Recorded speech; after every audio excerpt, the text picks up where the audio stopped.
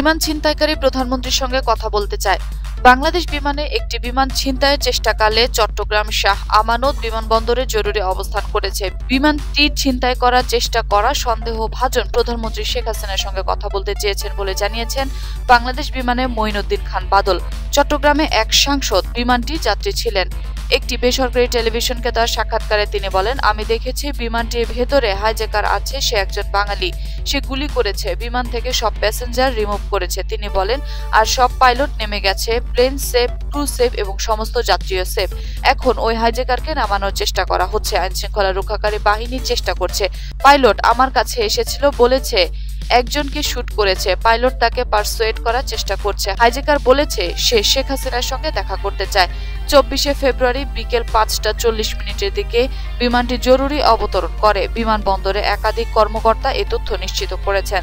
দ্রুত ফ্লাইটে সব যাত্রীকে নামিয়ে দেওয়া হয়েছে। বিমানটি রানওয়েতে অবস্থান করছে এবং সেটি ঘিরে রেখেছে পুলিশ, র্যাব এবং সেনাবাহিনী সহ আইন শৃঙ্খলা রক্ষাকারী বাহিনীর সদস্যরা। বিজি 737800 ফ্লাইটটি ঢাকা থেকে চট্টগ্রাম হয়ে দুবাই যাওয়ার কথা ছিল। ফ্লাইটের যাত্রীর সংখ্যা ছিল 147 জন।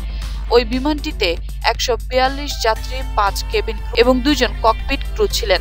বাংলাদেশ বিমানের মহাব্যবস্থাপক শাকিল মেরাজ জানান, এখন পর্যন্ত হতাহতের কোনো খবর পাওয়া যায়নি। তিনি বলেন, খোঁজ খবর নিয়ে দেখা হচ্ছে কোনো অনাকাঙ্ক্ষিত ঘটনা ঘটেছে কিনা।